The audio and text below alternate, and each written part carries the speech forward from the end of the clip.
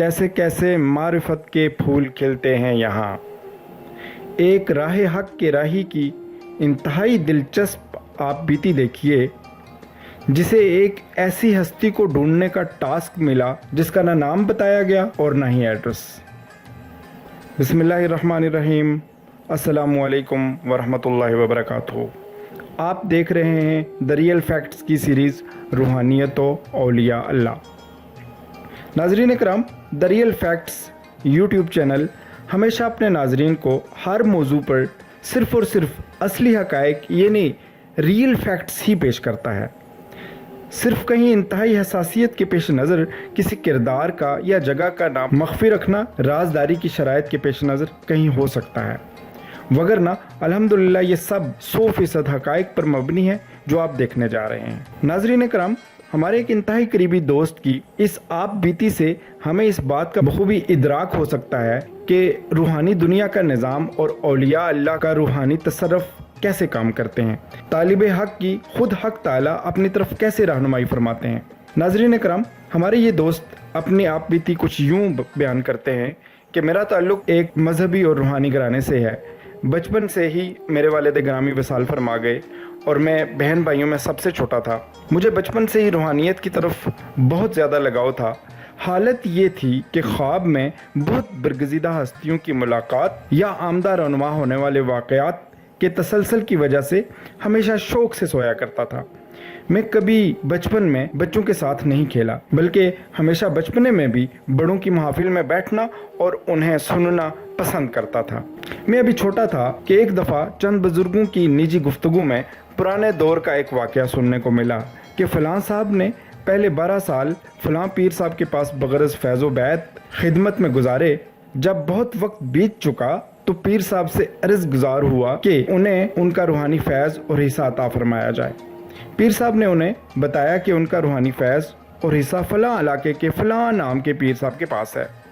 वो उनके पास जाकर अपना रूहानी फैज़ और हिस्सा बैत के बाद हासिल कर लें। मालूम नहीं गुफ्तगू करने वाले बुज़ुर्ग किस सियाको सबाक में बात कर रहे थे, लेकिन छोटे होने की वजह से जो बात मेरी समझ में आई उसने मुझे इंतहाई बेचैन और परेशान कर दिया। मैंने सोचा कि रूहानियत का सफ़र मेरे बस की बात नहीं है, क्योंकि मैं तो 12 साल सिर्फ इस बात का पता लगाने के लिए सिर्फ नहीं कर सकता कि मेरे रब्बे करीम ने मेरा रूहानी फैज़ किसके पास रखा है और वब्तगू इलैहिल वसीला के तहत किसके ज़रिए और वसीले से मुझे अपनी पहचान अता फरमाएगा।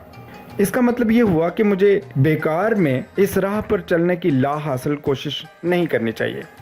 लेकिन अंदर का इंसान जो उसी दुनिया की लज़्ज़त का ख़्वाह था, वो कब बाज आता था और वो बार बार इस पर मजबूर करता था कि तुम्हें इसी राह पर चलना है।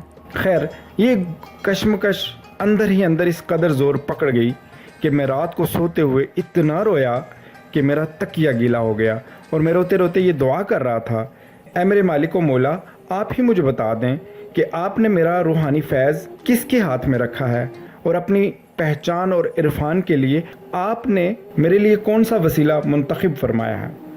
इसी कैफियत में न जाने कब और कैसे आंख लग गई। ख्वाब में देखा कि घर के दाएं जानिब से एक शख्स कहीं जा रहा होता है और मैं घर की छत पे खड़ा होता हूँ। उसे पूछ रहा हूँ कि आप कहाँ जा रहे हैं, तो वो कहता है कि आपको नहीं पता, पीर साहब तशरीफ़ लाए हुए हैं, उन्हें मिलने आया हूँ। हमारे घर के साथ पीछे ही बहुत से लोग खड़े होते हैं। लगता है कि ये पीर साहब के साथ हैं और इन्हें ही मिलने ये शख्स आ रहा है। मुझे चूँकि वैसे भी पीराने उज़ाम से मिलने का और उनके हर एक अमल को देखने का शौक़ होता था कि देखें ये कैसे मखलूक से बर्ताव करते हैं।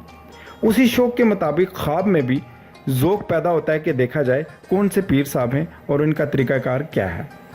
ये सोचकर जूँ ही मैं उस मजमा के करीब जाता हूँ, एक इंतहाई पुरकशिश खूबसूरत बारोब शख्सियत पर मेरी नज़र जूँ ही पड़ती है तो मुझे अपनी तरफ आने का इशारा करते हैं। मैं जब सीधा उनके पास चला जाता हूँ और वो मुझे अपने करीब एक ख़ास अंदाज में बैठने का इशारा करते हैं, मैं उस अंदाज में बैठता हूँ तो अपना चेहरा मेरे चेहरे के इतने करीब करते हैं कि मुझे उनके माथे के बिल्कुल दरमियान में एक सुनहरी पसीने का एक कतरा नज़र आता है। वो इतने मेरे चेहरे के करीब तरीन होते हैं कि वो सुनहरी पसीने का कतरा मेरे माथे पर लग जाता है।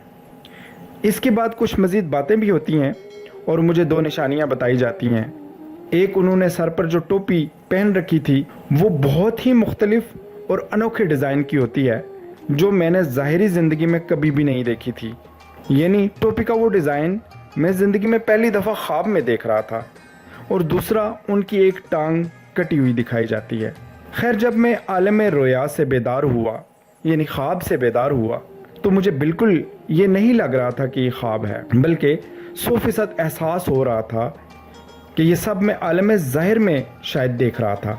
खैर, मैंने जब ये गौर शुरू किया कि ये क्या ख्वाब मैंने देखा, तो मुझे सोने से पहले का सारा मंजर याद आ गया और मुझे ये यकीन हो गया कि ज़रूर ये वही शख्सियत हैं जिनके पास अल्लाह ने मेरे लिए रूहानी फैज़ अता फरमाया है और जिन्हें अल्लाह करीम ने अपनी मारिफत और इरफान के लिए वसीला मेरे लिए मुंतखब फरमाया है। लेकिन सबसे हैरान और परेशान कुन बात ये थी कि इस हस्ती का कोई नाम और कोई एड्रेस, कोई तारुफ नहीं दिया गया जिससे कि मैं ढूंढना शुरू करता।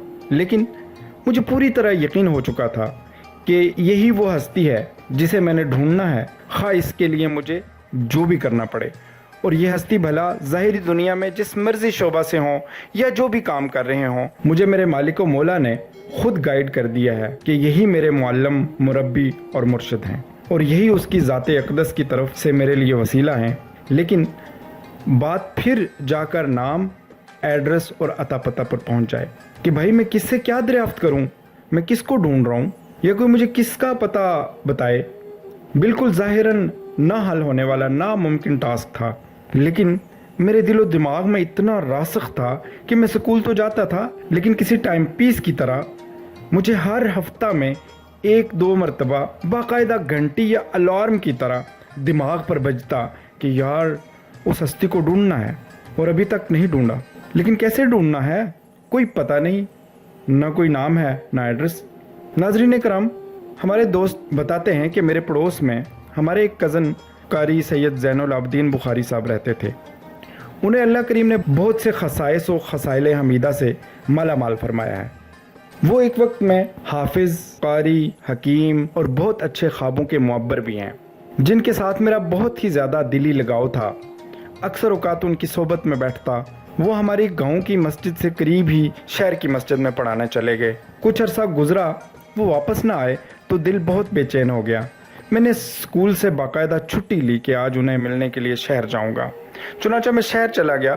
कारी साहब के रहायशी कमरा में हम बैठे बातें कर रहे थे कि अचानक उनकी अलमारी के एक कोने में एक छोटी सी 3x5 साइज़ की फ्रेम में लगी एक तस्वीर पर नज़र क्या पड़ी कि बेसाख्ता मेरी चीख निकल गई।